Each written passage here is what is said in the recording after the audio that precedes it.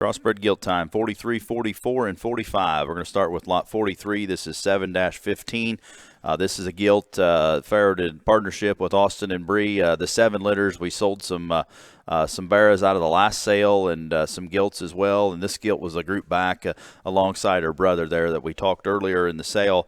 This 7 litter has been a very deep litter. They're sired by Young Love. Young Love's done a great job for us and so many others, and she looks like a Young Love.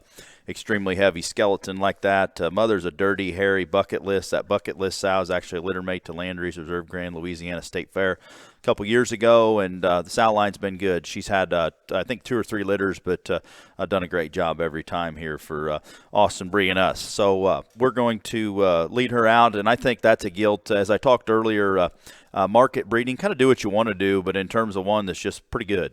She's heavy skeleton. She's dense made in terms of her stoutness up high.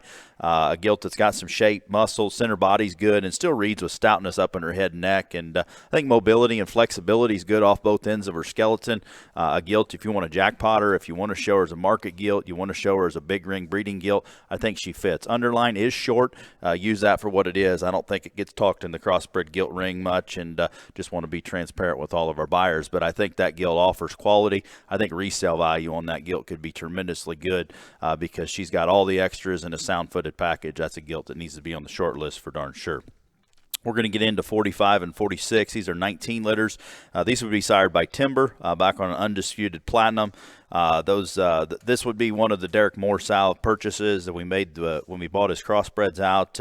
And I think a gilt litter, or a sow litter here with the gilts, I think very similar to the barras in terms of ones that have a really good look from the side, a little more immature, but I think market breeding, do what you want to do. I think once they flesh up, they've got a good pastern set, hogs that aren't going to get flat there. They've got the shape, the look, the design, and the muscle.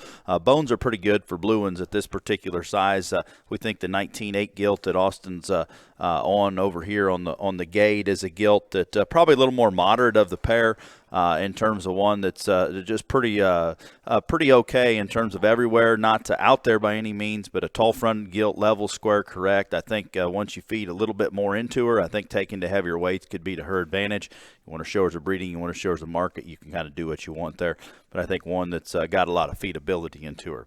19.9 is lot 45. That's the other blue gilt. She's a real tall-fronted, neat-looking kind of a gilt. Maybe not the fullest today, but I think a gilt that once she does chub up, I think she's going to have the advantage in terms of pastern set, shape, muscle, look from the side. You take her to heavier weights, I think she fits that late July, early August setting, market breeding, do what you want to do with her. I think a gilt that's got a really good look from the side profile.